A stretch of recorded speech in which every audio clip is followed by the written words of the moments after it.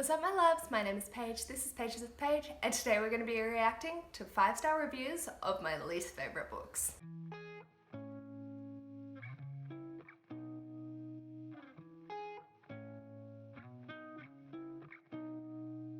Before we dive in, don't forget to use my code PAGE10 at the BookishBean to get 10% off your order. But into the video. Today we are going to be reading 5-star reviews of Nevernight, Mary Poppins, Men Are From Mars, Women Are From Venus, and Adolescence. So, I'm all about that positivity. I got my laptop here, and we're just gonna go for it. Just gonna go for it. Haha! I love that April's 1 star. Thank you, my love. All right, 3-star, 5-star, fire. I'm glad that they put the lower rated ones at the top. So, 50% to 27,519 reviews for Nevernight are 5 stars. I am not reading all of these. 32% is 4, 10%'s 3, 3%'s 2, and 3%'s 1.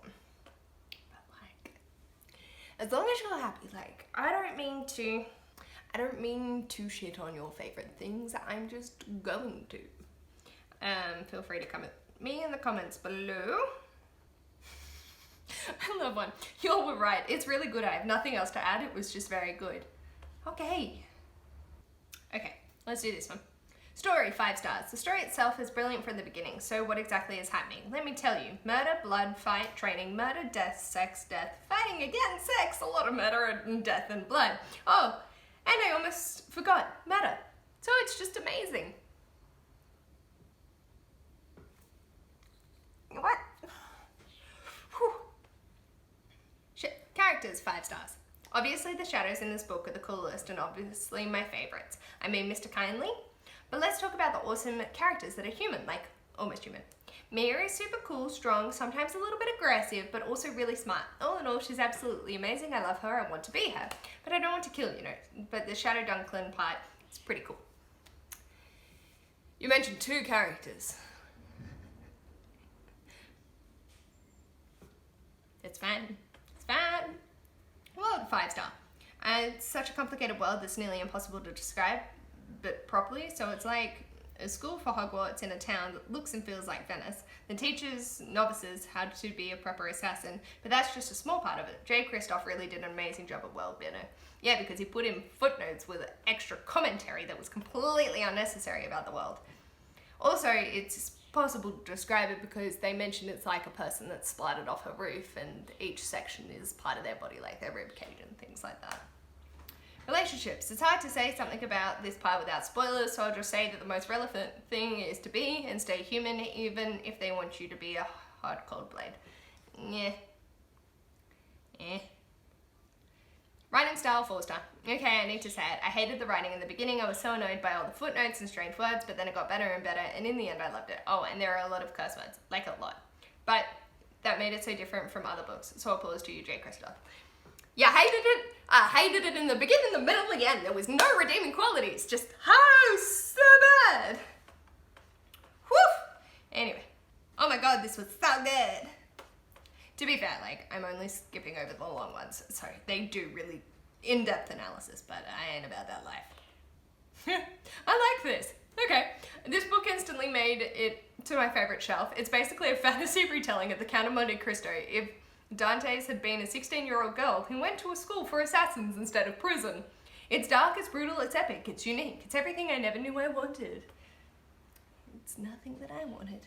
Easily one of the best books I've ever read. Just absolutely brilliant. I don't even know what to say. I'm honestly at a loss for words. What did we do to deserve a story as stunning as this? It's beyond magnificent. I'll add this review when I have time to process my thoughts because honestly my mind right now is In short, this book is a masterpiece. Please read it now. At least we're both lost for words about this book. Dear J. Kristoff, what do we do to deserve this? I don't know who or what to trust. You've ripped my heart in 2 but left me wanting more. Why are no characters safe? Please help. Thanks. It's a school for assassins. Jay. Oh, no. Okay. Bless you beautiful people for loving this book, and I'm so glad that people find enjoyment from this, but it did not work for me. Bloody and brutal and simply excellent, and fuck you, Mr. Kristoff, you bastard, I hate you and I love you, and why am I so mad? I can't take this. P.S. And oh my god, the dude can write a smexy scene, like holy shit, it was hotter than hellfire. I'm convinced that author is a demon here to torture us all. Oh, fix her up. Mostly I read them as audiobooks or ebooks, so that's why I don't have it. But a smexy...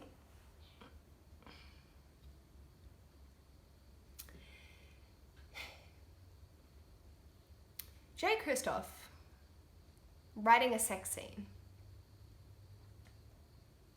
It's like having a 12-year-old or a 13-year-old boy who's seen tits for the first time. Can't control their hormonal urges. And then wank themselves off while writing, thinking that their shit is the greatest thing ever in existence. When really, it's a flaming pile of dog shit. But I'm glad someone got enjoyment from it. Alright, I'm going to continue on. Let's go with adolescence, because Gabby Hanna actually has a following, and I feel like she needs more therapy than she's currently got.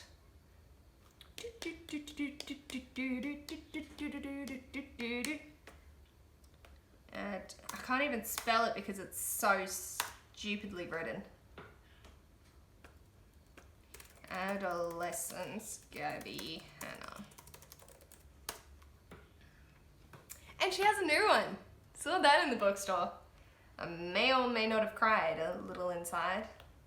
But each to their own. Let her just use it as a money grab. It's fine.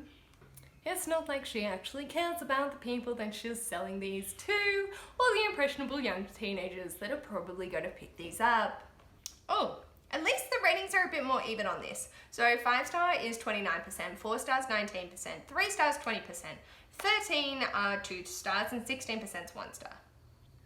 I really should be doing 1 star reactions to my least favorite because, oh, Lala Riley, yes. I've got a head full of nightmares, a heart full of rage, a belly full of liquor, and a sink full of dishes.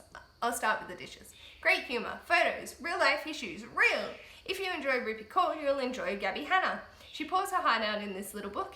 This book must be experienced. I'd recommend a physical book if possible.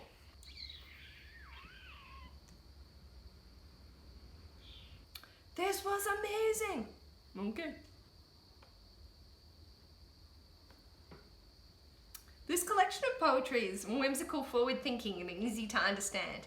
If we know Gabby, we know that she is famous for hysterical YouTube videos. We know she's eclectic, crazy, funny, understanding, and has a huge heart for her fans.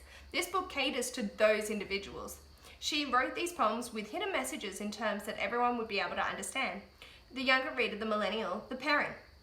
Her advice poems contain important messages but are written in simpler terms to cater to our simple minds that we've come to create. I would highly advise reading her BFF poem, Relatable. Gabby writes down the words that we wish we had the courage to say. For her first book, I say bravo, a fun read for the fanciful mind. I have issues with calling it whimsical, forward-thinking. Yeah, no, easy to understand, fine, because, like, it's literally like, yes, she's writing this book so she can make money. Like, she says, don't share it with a friend, make them go buy their own copy so she can have a Ferrari, like. But whimsical and forward-thinking, no. Cater to those individuals, yeah, because it's a money grab, so she's catering to that audience to make sure that they spend money on her merch.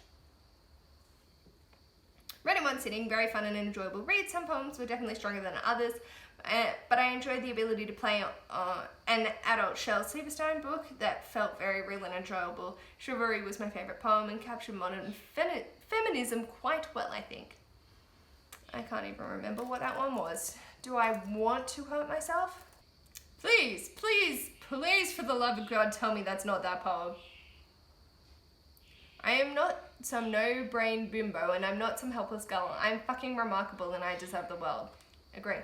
I don't need you to open my door, but the gesture would be nice. I don't need you to buy my meal, the offer would suffice.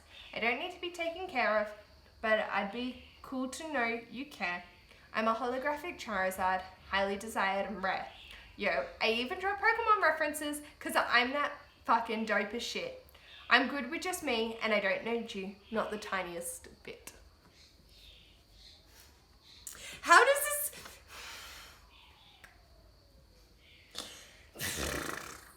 Okay. Everyone is fucking remarkable and deserve the world? Yes, okay. Doing the door thing. Again, nice. Doing the meal, like, compromise, equality, balance, just, okay, cool, I'm moving on. As an adolescent teacher, I find this hilarious, very witty and creative. Honey, you should not be teaching that in classrooms. Okay. I absolutely hate poetry. I hate all poetry. I hate YouTuber books. I should absolutely hate this book, but I don't. I love it. I don't care if you hate poetry more than me, read it. I don't care if you hate YouTubers and their books, read it. These poems are deep, funny, inspiring, and relatable. This book is amazing. I honestly expected to despise this book. I was hooked by the first page. I finished it in maybe an hour while Snapchatting my favorite poems. I highly recommend everyone read this book. Buy your copy and get Gabby a Lamborghini. Stupid poetry humor from Finn, the last poem. I must say though, if you're not interested in childish, unsophisticated poetry, do not read this. The majority of bad reviews I have seen have been bad because people were expecting the poetry you get when you were Edgar Allan Poe or those other poets whose names I don't know because I don't like poetry. These poems are meant for teenagers or children forced to grow up too soon or become adults who are stuck in their childhood. These poems may never be compared to the great works of famous poets, but they are the best poems I have ever read because I'm living in the teenage years. I don't have the mind of a 40-year-old. I have the mind of an 18-year-old who enjoys childish poems. And I love this book.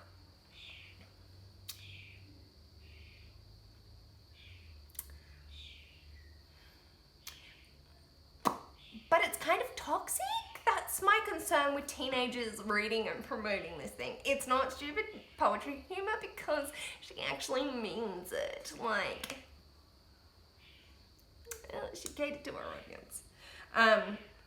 The thing is, I didn't expect it to be Edgar Allan Poe, but I didn't expect it to be as horrendous and immoral as it is. But that's fine. It's fine. It's fine.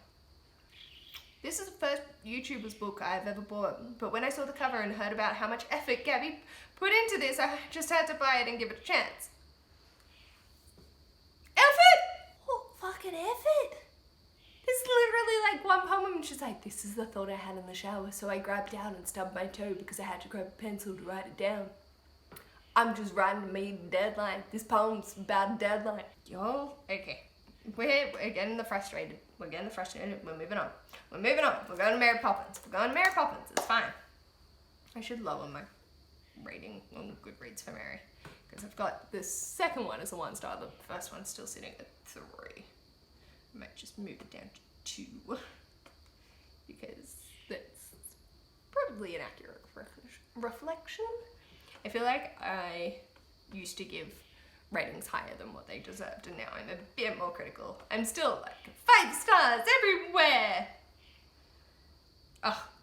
April, woman after my own heart. I'm giving it 1 star. Bless. Holy shit. 40%, 46,394 reviews are 5 stars.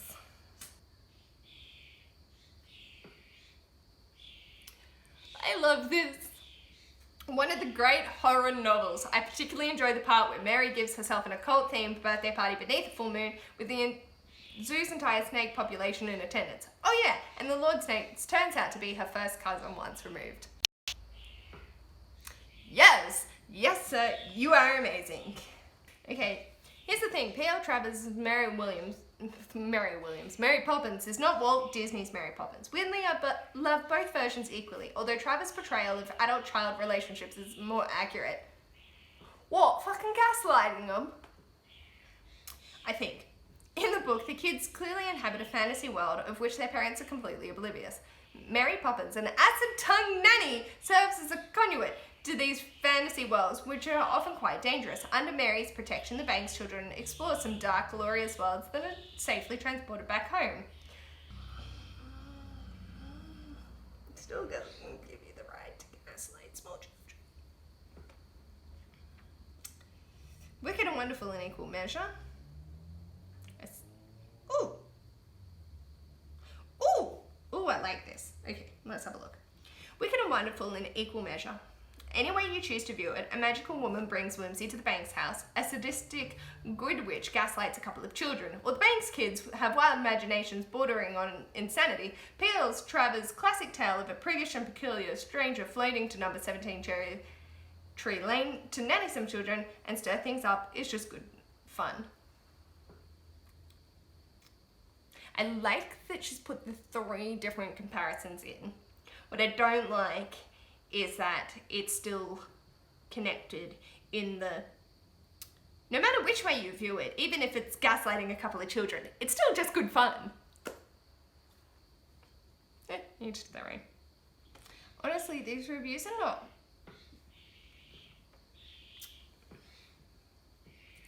like, they're all like, she's a bitch, it was great.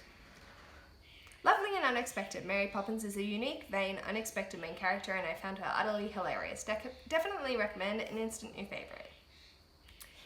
Okay, like, they're pretty good. I really can't fault any of these. It's just people going, yeah, how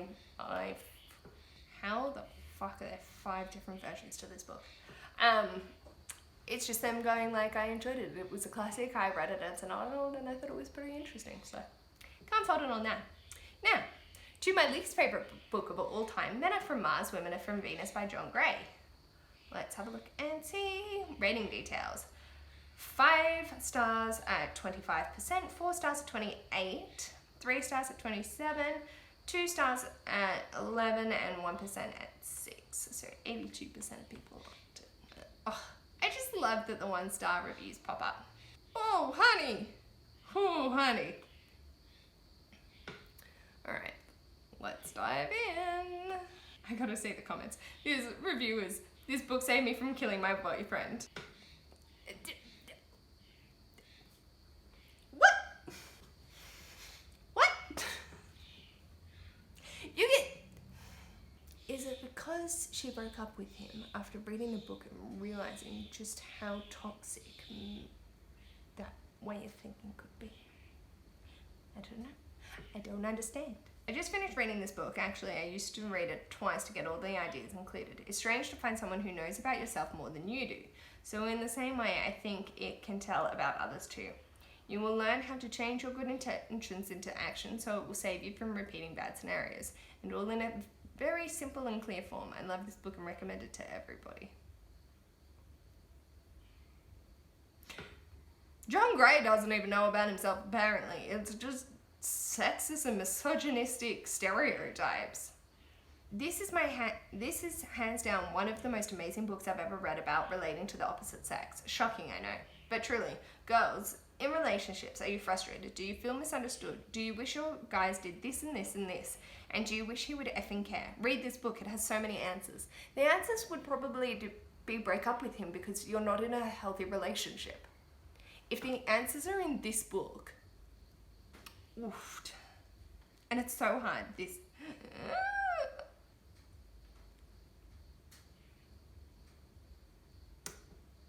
A relationship Bible, takeaways. Men want appreciation, admiration, trust, and acceptance. More like submission, according to him, submission and silence. When your man turns away, just do something you like and let him be alone. Yes, because when he goes into his cave, the message is when men go into their caves, we just yatter at them, trying to get them to come out and talk about what the problem is, when they don't actually want to talk about what the problem is. So maybe just having healthy communication strategies with your partner, rather than just blatantly having them ignore you. Don't ask rhetorical questions. Try to be more supportive.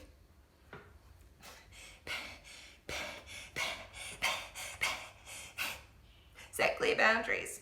When you're resentful, ask your man for support. Stop always saying yes to his requests. Instead, gracefully ask what you want to.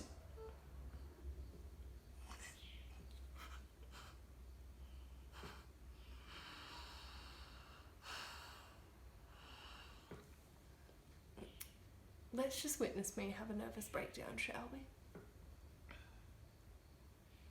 Don't give your man advice or support unless he asks you. Don't ask your man to support when he's obviously planning to do it.